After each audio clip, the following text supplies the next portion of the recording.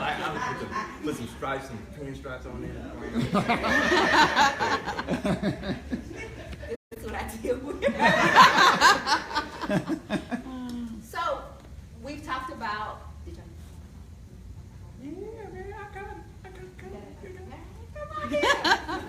So we've talked about 5 types of intimacy, right?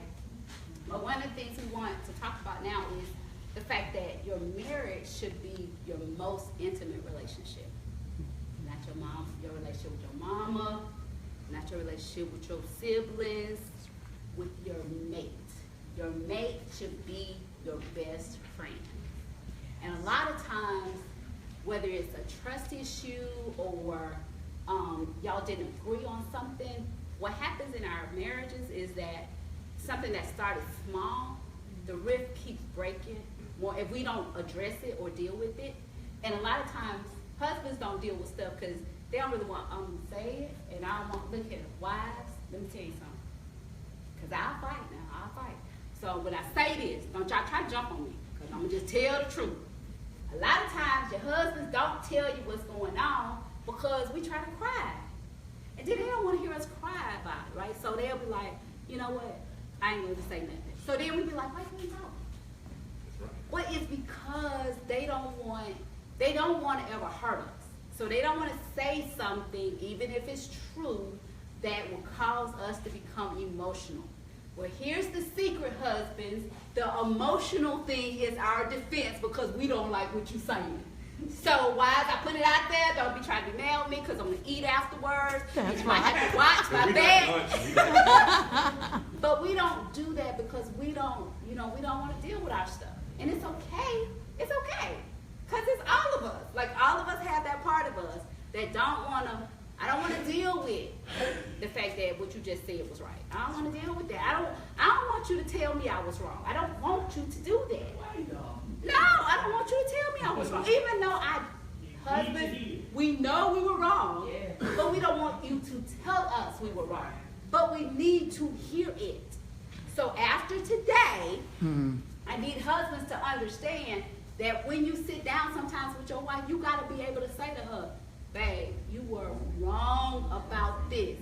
Yes, she's going to be mad. Okay? She's going to be mad. She's going to cry. But that's okay. Wives, you have to be able to say to your husband, you were wrong about this. However, if you say that this is what we should do, I'm going to go with you. Now know this. If you're wrong about it, God going to get you. So there's the warning. There's the warning. Because God going to hold you responsible because you are the head of our household. Right. So now we're going to get to the gooder stuff. The gooder. The gooder. Good stuff. Because understand that the intimacy in our marriage that we need to understand is in threefold. It's about the body, soul, and spirit. Okay. What is the caveat? It's what you say before. Oh, the good. Because this is church, a church environment. And in the church environment, this is what happens. We don't talk about money, and we don't talk about sex. But if you go look at the stats, Pastor, the 2 things that cause most folk to go to divorce court are money and sex. So we're going to talk. Okay. We're going to talk about it. You got it. We're going to talk because we don't want to deal with it. I don't even know why. We Christians. Why are we talking about sex? How many of y'all got kids? There's a bunch of little baby Christians running around. Right.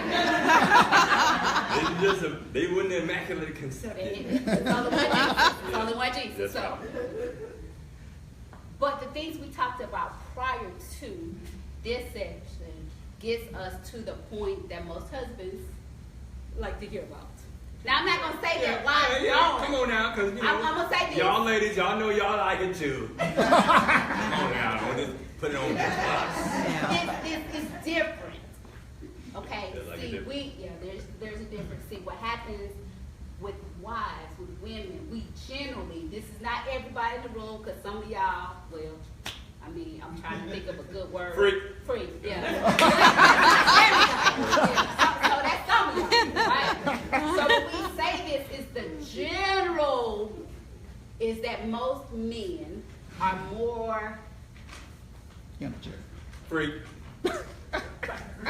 And so, you know, if it was physically possible, if you did not have to work, let's say for instance, and don't raise your hand because your wife gonna be looking at you when you raise your hand. Don't raise your hand.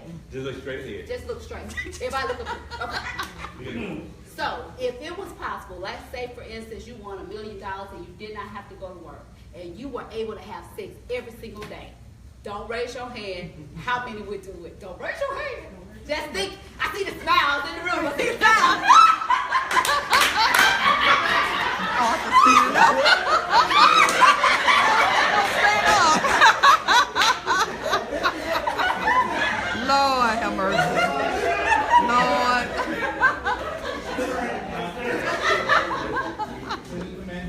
Yeah, you know, give my hand. I see in the room. We know that there are so many things that happen that cause us to put sex on the back burner, right? We get busy, we have kids, we're stressed out, we're frustrated, we're angry with one another, we don't trust anymore. There are so many things. This is what we want you to understand. God created sex for a reason. And the purpose is to bring you back to the center. That's right. So when you go back to Genesis and it talks about that they were one flesh, that's sex. That's what that means. So my husband and I had this little thing. If he say something like, I need some ministry time. You be trying to be spiritual, right? I need some ministry. I need. Because you know she be have a prayer shawl on. Coming in the hand. Maybe like 12 o'clock at night, and I'm like, I need some ministry. Come to this altar.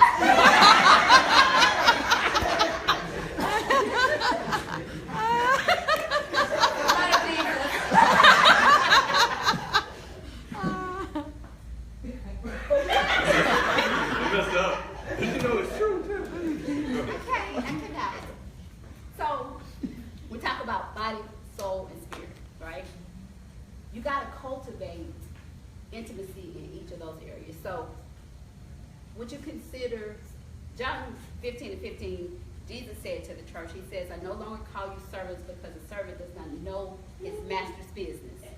Instead, I have called you friends. For everything I have learned from my Father, I have now made known to you. So when we talk about that intimacy, before we get to the physical part, in your marriage, you got to have a friendship. You got to be friends. You can't just be somebody. You know, we do a workshop. We ask this: are you a roommate or a soulmate? You can't be a roommate. Now we know some couples that they roommates, but you got to be soulmates. And they're roommates with benefits. Yeah, they're roommates with benefits. You know. Yeah. You know, your regular roommate, say if you're in college, you know, we split the bills, so you got your room, I got my room. But y'all want to be roommates where you be like, girl, okay, I'm paying the water bill and light bill, you pay the mortgage, but go, let me holler at you. Because we didn't pay the bills. You didn't pay your bill? I didn't pay my bill, so okay. Come on, let me now, holler. You can't holler at me if you didn't pay your rent. But when you're a soulmate, you don't divide things in a sense of here's the thing, I'm going to ask this question. So if we divide, this is not a financial class, right? This is a question I want you to ponder on and take it home. If we divide the bills, and he pays the mortgage, and I pay the car note, I pay the electric, and he pays the gas, what happens if he loses his job? Are they going to turn off his part of the electric, or are they going to turn off all the electric? Oh. If they repossess the car, are they going to take her wheels and leave my body? They take the whole car. If the mortgage is late, are they going to put him out the house because that was his job to pay and leave me in? No. Foreclosure take everybody out. They put everybody's stuff out. Mm-hmm. So understand there is a difference between being a roommate and a soulmate. Soulmate says, even if I usually, this is my responsibility, this is how, because my check is this amount, cool. But guess what? If you lose your job, I don't want you to worry because I got you. I got you. That's what's important about being that friend. The friendship says that, you know, no matter what, we stay in together. So how do you cultivate do you become friends? Because y'all sitting next to each other, y'all smiling and stuff. Y'all might not be friends though. Because see, friends are the folks you tell your secrets to. That's right. So how do you cultivate that? Couples should practice setting aside a period of time every day for sharing and listening to cultivate their friendship. Because you talk to folks you're friendly with. What type of intimacy is that, ladies? Come on here, right? Guys, I ain't gonna put y'all on the spot. I got y'all. So couples should be careful of intimacy killers to focus on cultivating their friendship. So what are some intimacy killers? Watching TV. Come on, Steve. Come on. Social media. That's my brother. Video games. So some of y'all got these video games. What's the new one? Because I know he knows. PlayStation. Come on, one Xbox, one X. And you come home, you done worked all day, you tired, you just want to relax, right? So you get in there with your Xbox. One egg. One X. Okay. Y'all know who don't have one. Yeah. Well, I ain't got one. You get in there with that game system, right?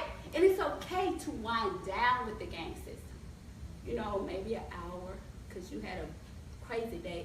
But when you find yourself in there with the game system, come on, and it's time to go to bed. Right. Call of Duty, and there's another Call of Duty. It's a problem. You gotta balance things, right?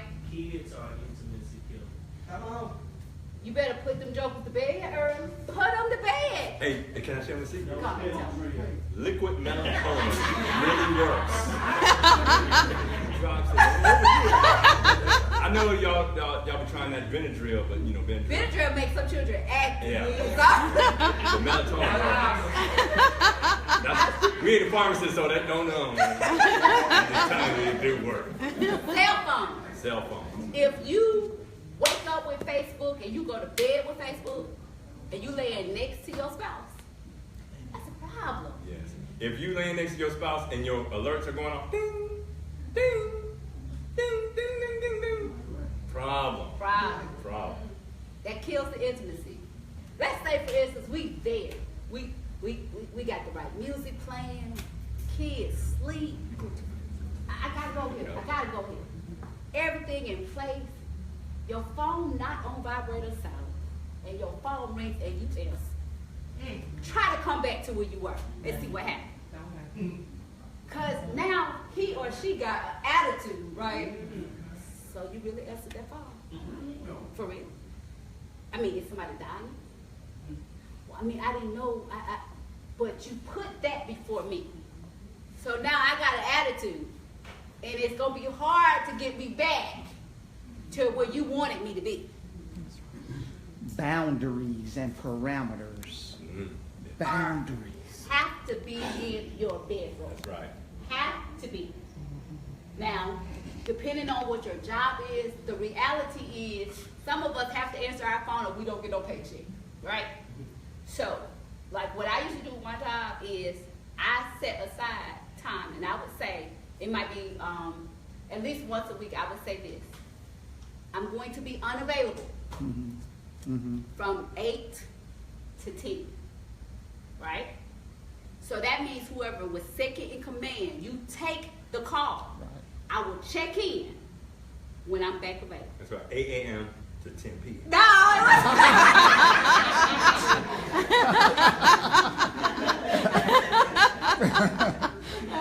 This is my clown husband, Michael. Everyone meet him. Here's another one. Couples should enjoy activities together to cultivate their friendship.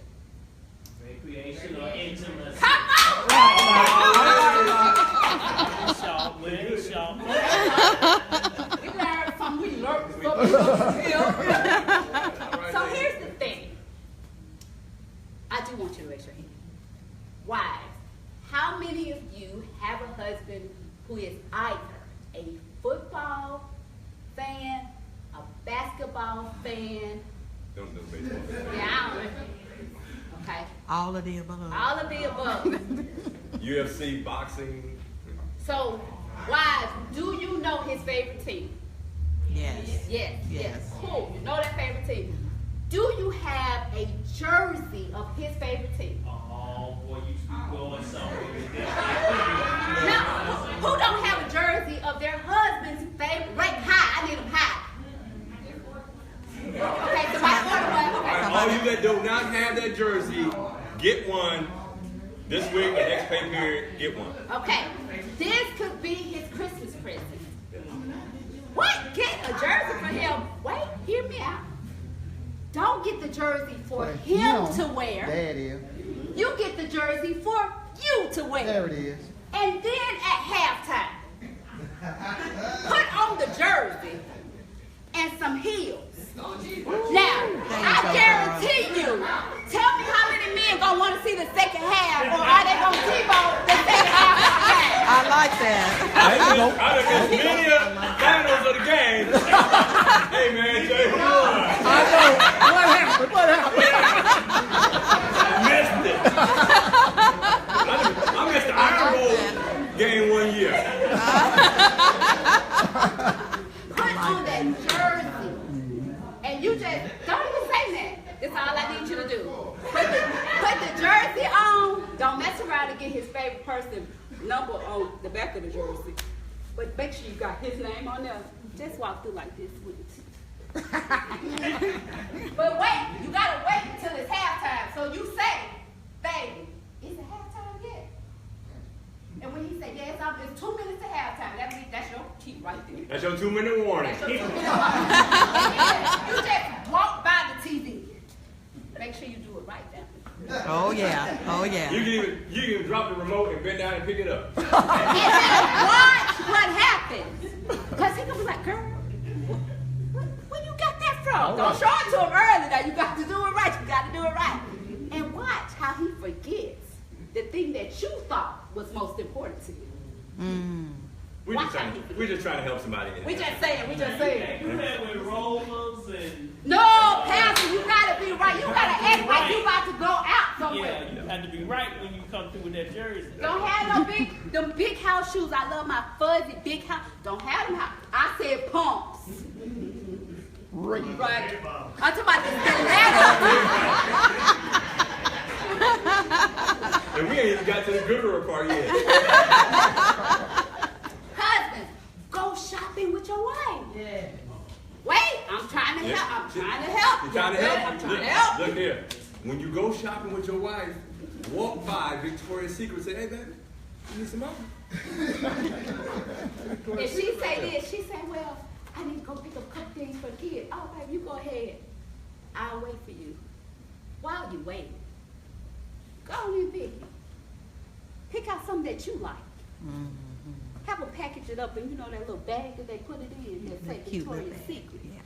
Get to the house and sit it on the bed and walk away. Now what she's gonna do is be like, no, he didn't.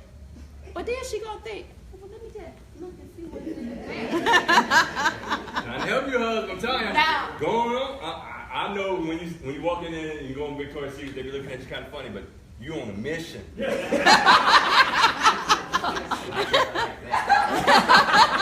Wrap this up. Because only you're gonna know what you need or want to see your wife in or out of. Okay? So when you do that and then she gets home and she like, what is this?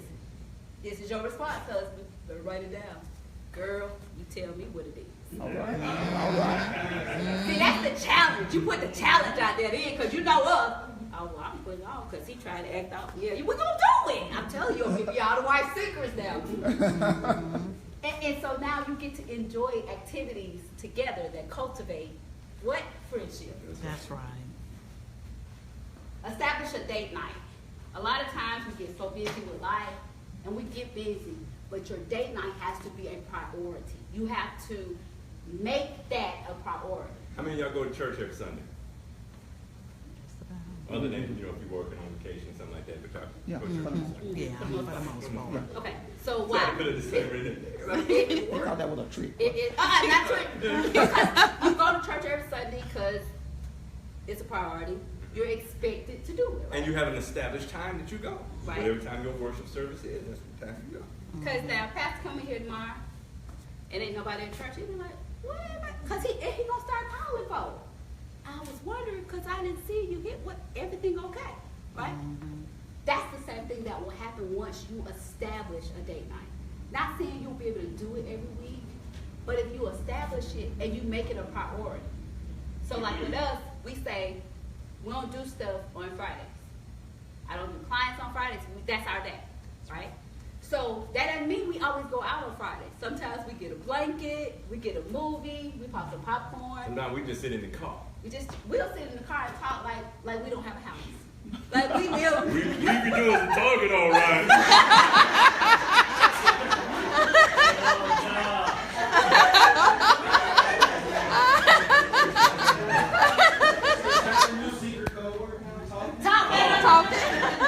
Come and talk to me. Yeah. So You know your brother, you're right. we got 6 children. This boy now he got 5, so he knows.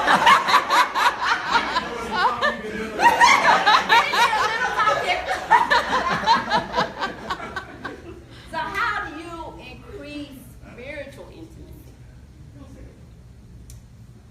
Schedule times to pray together. Read your word together. A lot of times,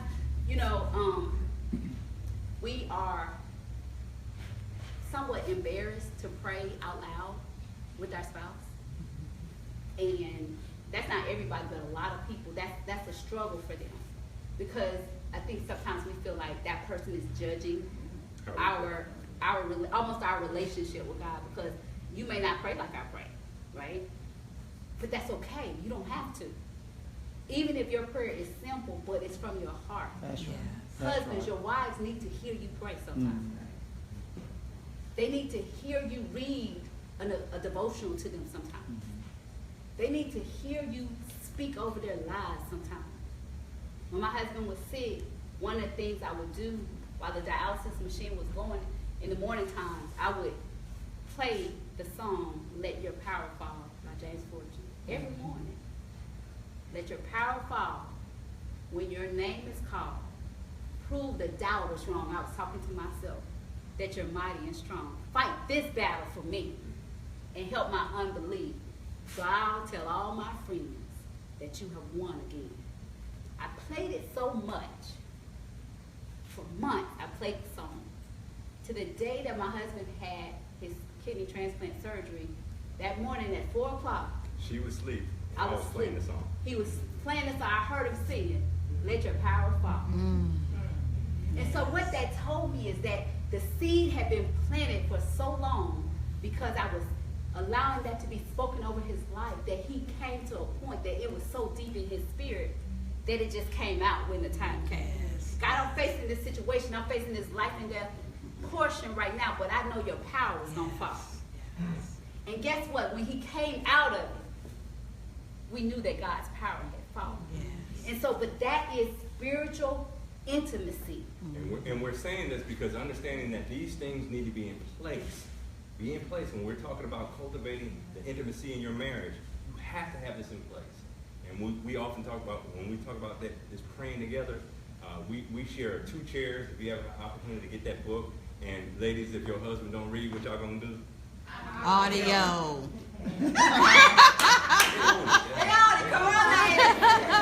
But spend that time together in prayer. It is so important. It's so powerful, because you don't know what your husband needs. And when you're praying for him and you spend that time together and he knows you're praying for him, not against him, not about him changing, not about him, being a better man, but praying earnestly. She's praying for me to live and not die and declare the works of the Lord. Yes. Not for me to be a better husband, a better man, but she was praying earnestly, and I would hear this. And I knew. So it gave me the will to want to fight, to say, okay, God, she trusts in you to do this for me. And so this is so important for us. And some of the things, one of the things that we've gotten, and y'all don't have to do this. This is one thing. I ain't Be careful, don't bring the wrong thing out. I ain't I have to work with y'all.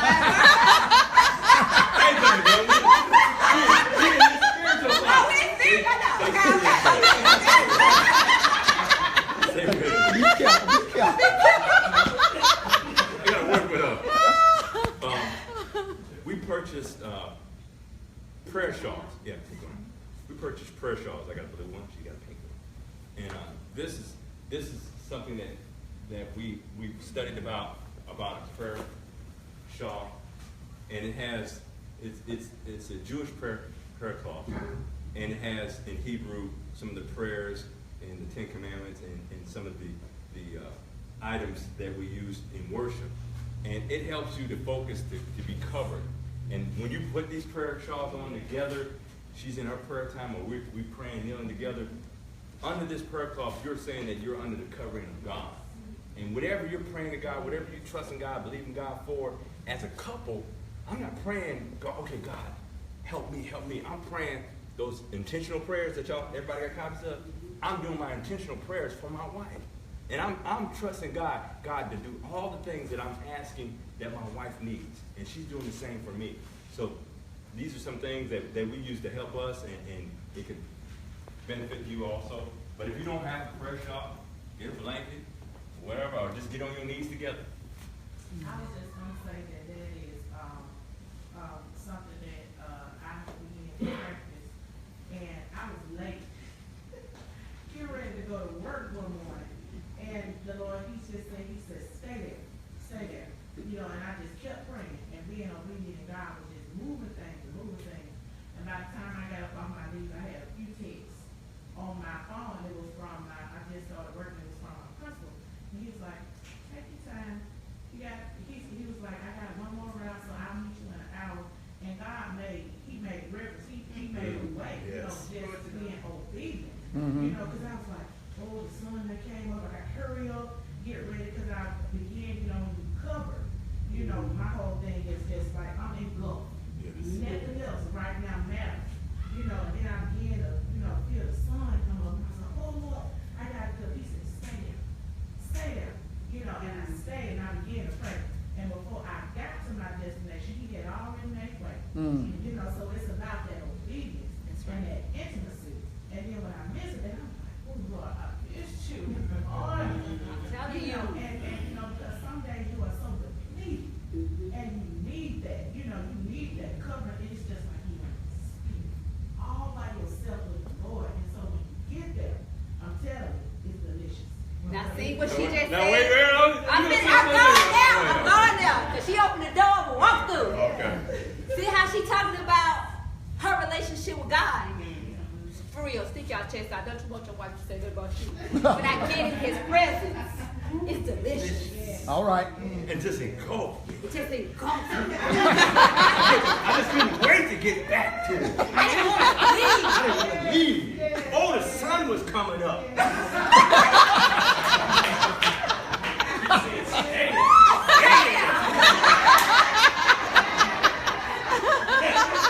God knew what he was doing. I'm trying to tell y'all, when God created marriage, it's because he wants us to have that type of intimacy. We learn it from having it with him.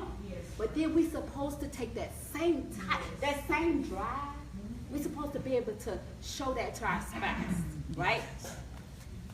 Because he said sex was good. I don't know if y'all got that, but that's what God said. So, The good part. the greater part. Hallelujah. So, Disclaimer. You got the disclaimer. Go ahead. all right, everybody here. Oh, okay, we got this. Okay, so but I will do this. Oh, you did disclaimer, yeah, because the other part. Oh, the other part. Okay. Yeah. Okay, so we're gonna show you our bag. You gotta So, give, you gotta I'm give gonna- the history.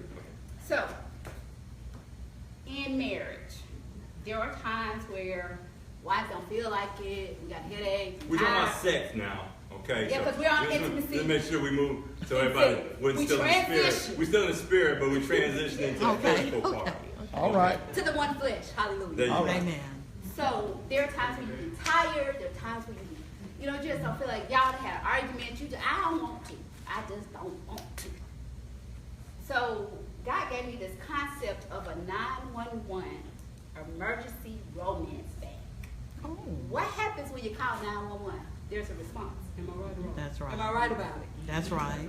So your husband or wife have to know that if they text you 911 or they say 911, you understand that it shifts the atmosphere. Mm. it shifts, and don't be hot. Let me tell y'all something.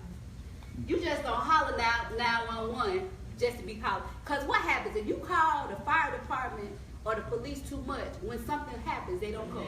That's right. Or they charge you because they should be somewhere else. It's a false It's call. a false alarm. I'm talking about this right here is real. Like you got so much pressure on your shoulders that you can't make it another minute. Your chest is swollen up, is what I'm saying. And so you on your way home, but you need I to can't make make it to the sure house. when you get there, she understands what the deal is. That's the only time you're going to use 911. Everybody understand? All right. Okay, we got to understand it. Because any other time it's just, that's I need to talk to you. Yeah. I need some ministry. Ministry. But Amen. this is crucial time. Yeah. Okay. So, because you have to understand this about sex. Think about this, and I just please don't raise your hand. Please don't tell your business. But when you think about sex and you think about Satan's tactics, this is where we as the saints of God mess up. Satan has always had a tactic when it came to sex. Before you got married, he focused his energy on tempting you to have sex because that put you in sin. Mm-hmm. After you got married, he focused on tempting you not to have sex And you still in sin. because the Bible says that your body is not your body. Withhold only for one reason. So that's the trick of the enemy, and most of us miss this trick, right? Because we're so busy being mad with each other, frustrated, or whatever the case is, we miss it. So we hopefully will help you with that. So okay, the 911 bag. So the blessing is that your good pastor will get a starter of some things, and this lovely couple here will get the starter of some things, and there will be one other couple in the room that will get the starter of some things, so that you will have some things to start your own 911 bag. Okay? Hallelujah. So, let's say that my husband has a bad day.